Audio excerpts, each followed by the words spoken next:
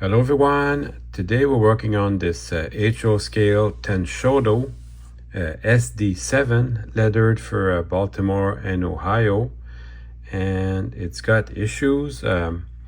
Obviously it's missing the drive shaft here, so we'll be working on that, but it also needs a good cleaning and lubricating, so I think I'm going to start with that first. So what do you guys think of this paint? It's pretty shiny, and it looks to me like a factory paint job, although I'm not 100% sure. If it's a custom paint job, the guy did a really good job. I'm not changing anything on that. I'm okay with the way it is. It's a little bit dirty, it's got stuff there, but I think I can clean that up with my toothbrush.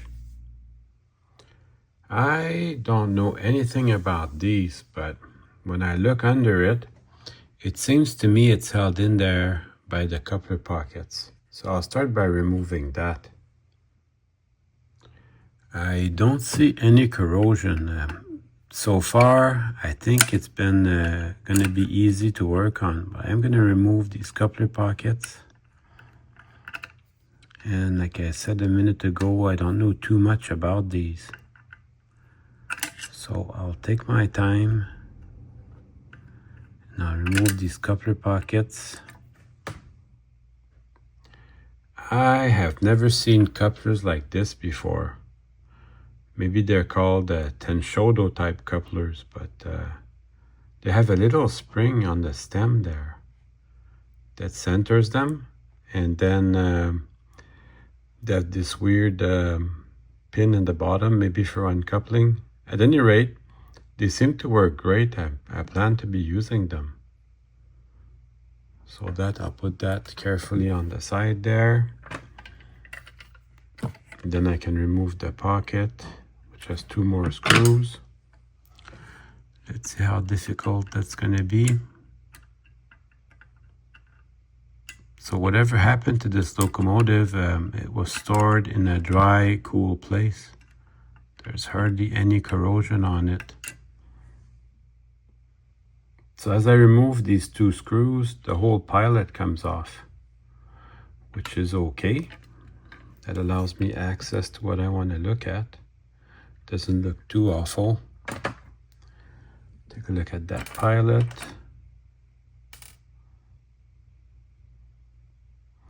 So yeah, everything's black here. It doesn't look bad at all. Perfect. So I'll be sure and keep that together. Turns out you don't have to remove the coupler to remove the front pilot. And it's got a lowering step here. So that's really good, interesting detail.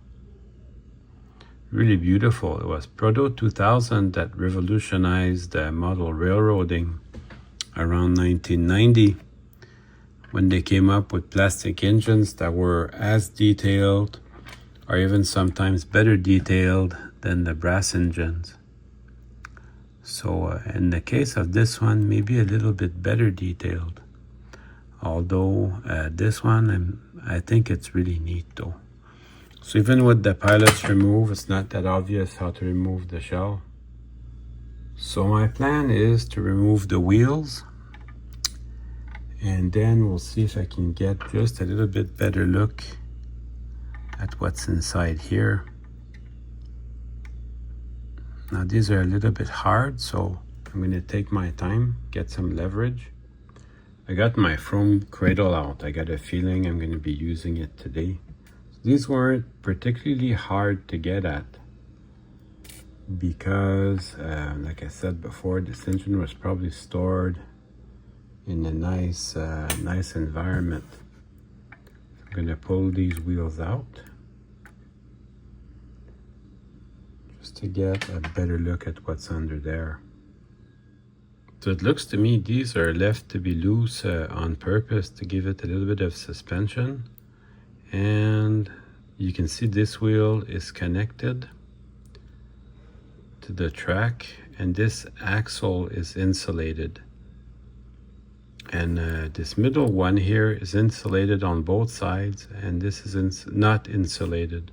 So when you put it back together, you have to keep track of which way is connected to the track and which way isn't, unless you create a short circuit. But that's not too complicated. I think I can figure this out. So on this particular engine, this side's connected to the track on that side, and then for this one, it's this side that's connected to the track. Make sure you can see it. This is connected to the track. So when I put it back together, I have to make sure to put it back together like this. Very important. This little shaft here is basically a worm drive. So we can go ahead and remove that. And then there's a little screw in the middle here. I'm going to see about removing that. I can see something spinning inside. Put my hand the other way, maybe you can see it too. There's something spinning inside, so I'm going to put an extra screwdriver in there to block it and then remove the screw. That's not going to be obvious when it's time to put it back anyways. There's an insulator there, and this connects the locomotive electrically. Now I've got some screws here that I think holds the motor in, and then 2 screws over here, maybe that holds the body in. So let's try that. So I've got all these screws loose here, but nothing's budging. Even this one is loose. So I'm going to remove the front truck part, just see if I can get a better look.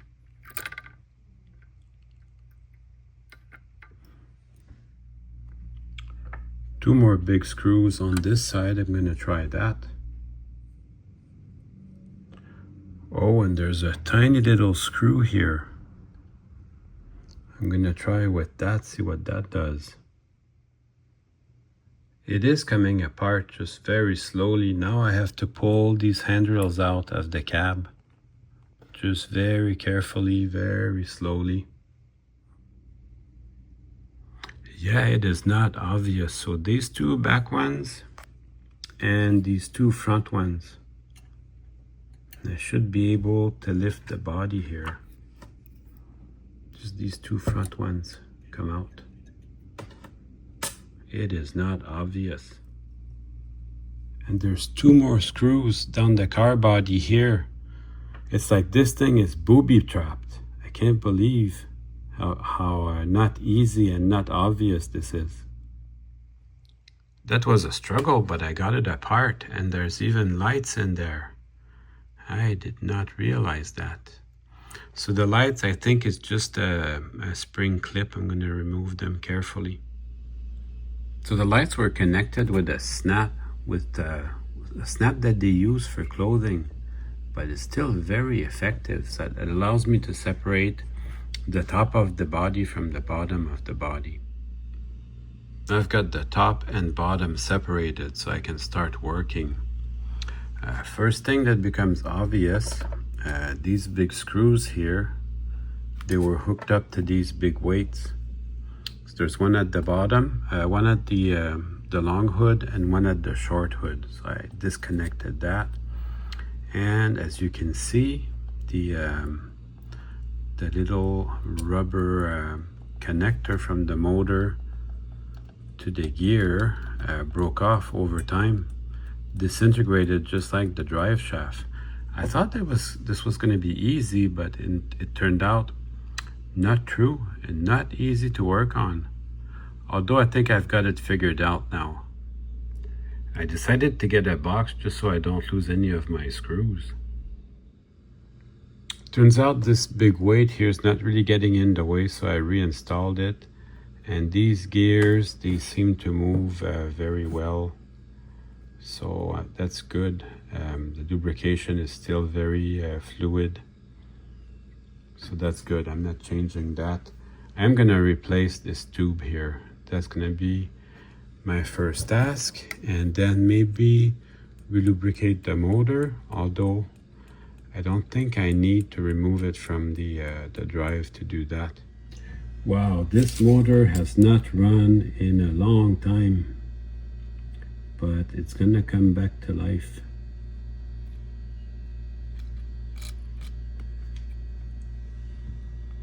It really wants to live. So I'm gonna start with that. I'll do a little bit of lubrication on the motor, see how much I can help it. Look at that, the old tubing just crumbled away. Fortunately, the gears are still really very good. Lebel 108 is what I used. I'm gonna clean the two gears with my rag and put a little bit of lubrication in there. These gears, they feel really good. So this one moves a little bit, that makes it easy to get in there. This one, I'll use gravity and capillarity to get oil in there. I get to it from both sides. Now I'll just spin it around for a little bit, make sure the oil gets in there.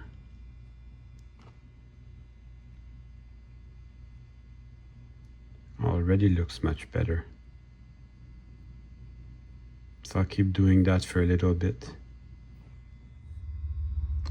The same with the motor. I'll use capillarity and gravity to get the oil in there, back into that bearing. I can spin it by hand, but I much rather use my electrical power pack to do it. And also I'll do the same thing for the bottom one. There's a bearing at the bottom. You don't want to put any oil in here in the commutator. Keep the oil away from there, but I do want to put some oil on that bottom bearing. Just a drop is enough. And then I'll spin it with my power pack. Check it out. What a dramatic difference. So all I did was I put a little bit of lubrication and I put a new piece of tubing. And I'm on like the second step from my power pack. Let me just let you have a look at the tubing there. So I got my new tubing and I've got my two leads. And it spins a lot better. So just have to keep going like that. This is incredibly satisfying. Although I did not consider this engine to be dead in the water, I just considered it to be needing a little TLC. But here we are, the TLC is coming in.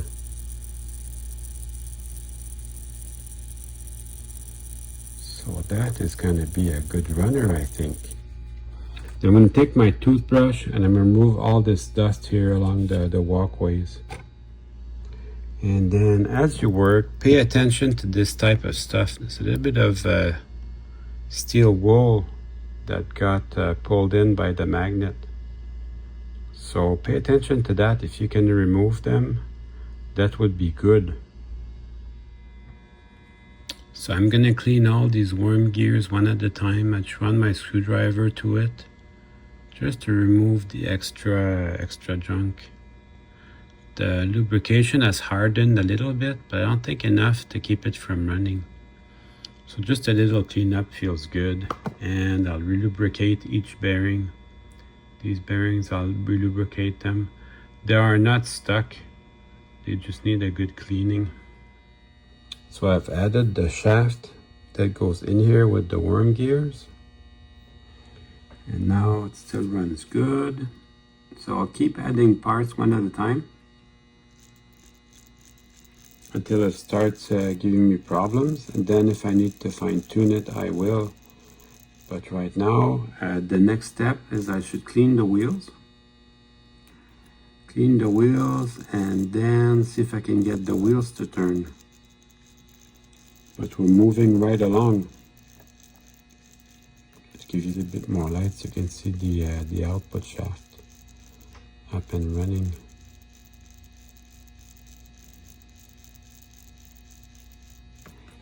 So it's decent.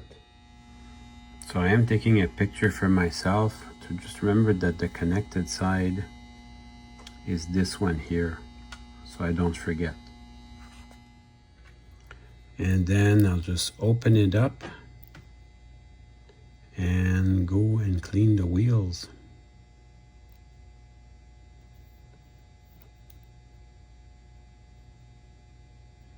I don't know, maybe I don't have to remove the screws all the way to open it up.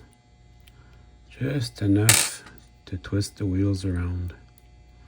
Might be just enough. Then I'll also wash the side frames with my toothbrush and some dish soap. Yeah, you can see the surface of the wheels is dirty.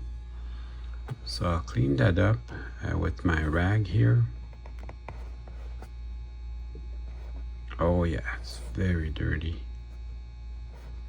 That's gonna take a while. That was some really stuck on there dirt. I broke out the steel wool to get in there and get it very clean. But that makes a difference. So now everything's very clean.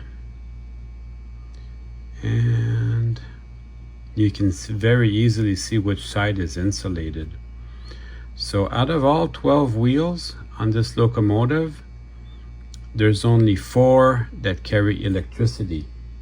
The middle truck doesn't turn anything and it doesn't carry electricity. It's insulated on both sides, which means that out of all 12 wheels, only 4 wheels carry electricity. Whereas if you get a Proto 2000 locomotive, 12 wheels carry electricity. That makes a big difference. I got my wheels put back together. I'm going to lubricate this part some. So every bearing and a little bit on the worm gears. You just need a drop. And that should be that. And then reassemble that for now. And let's go give it a try.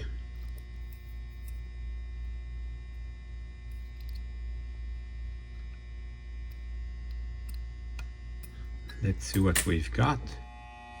Now these wheels have not run in a long time. But it's coming together, I can feel it. So they do run,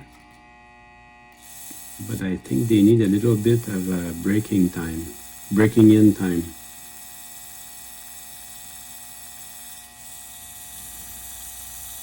So at any rate, I added a couple more parts and now it's running. It's running okay. Can't complain too much.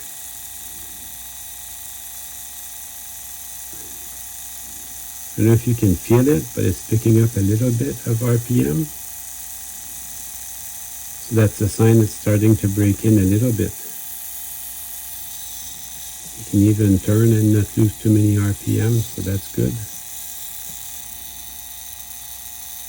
So I'm going to run it like that a little bit on the bench. Doesn't sound too bad actually.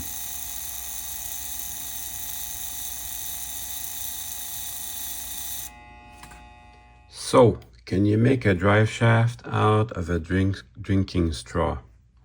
What I did is I cut it to the proper length and then I made a slit with my Dremel and the cutoff wheel. That only took a second.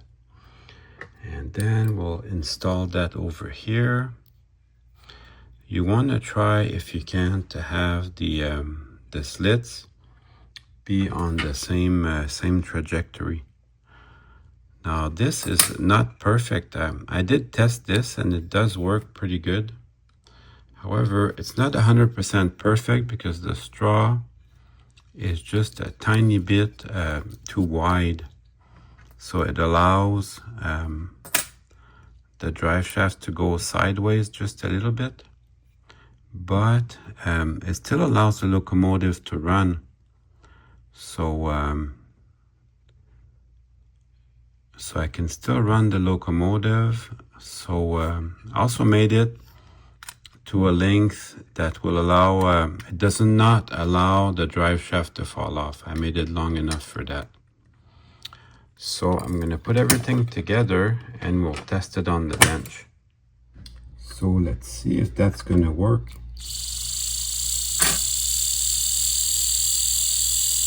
So yeah, it's going to work. Works pretty good.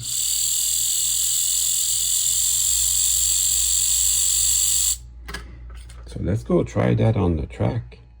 Also, I had the wheels that are connected electrically on this side and this side. That should ever happen to you, it's pretty easy to turn them around. Just remove that bottom plate.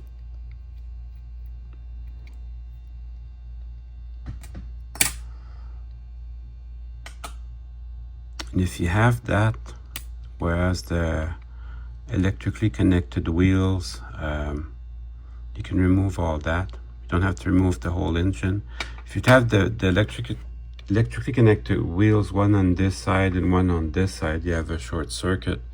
That's also just as easy to correct. Just like that. Now I'm up and running again. All right, let's see what we've got. It's again only making contact with the rail with 4 wheels.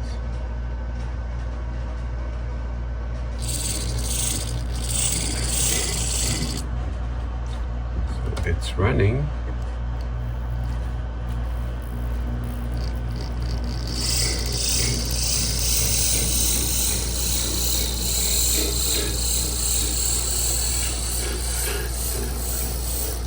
Definitely needs a little bit of tuning.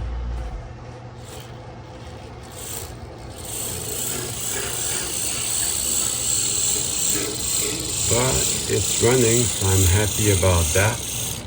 I think I know what could help. There's a little bit of binding I find on the shaft, the top shaft there that controls the worm gear. So I'm gonna use a file. I'm gonna file down probably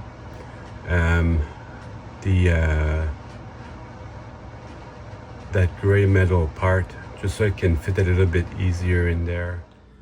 Now to get to it, you don't have to take the whole locomotive apart. You just take this apart. Just take out the top plate.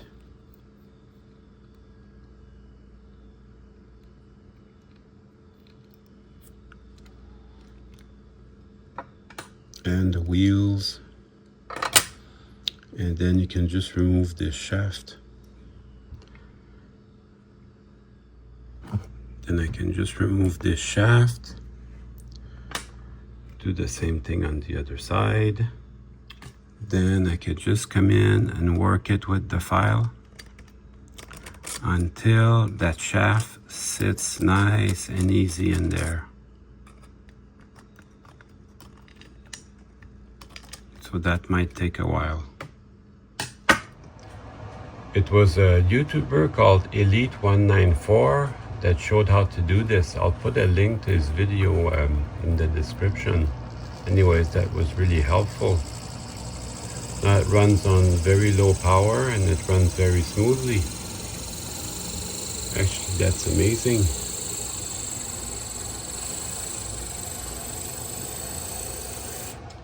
Anyways, it's a real fine runner now. Very satisfying.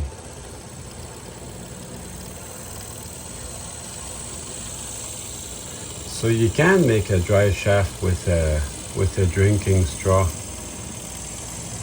That's really good to know. I'm sure glad I picked this up at the train show. Now it's a real good runner. Very satisfying. All that's left to do is put the shell back on. So that's ready. And now it's time to run some trains. Well, I hope you enjoyed the video. I certainly had fun making it for you.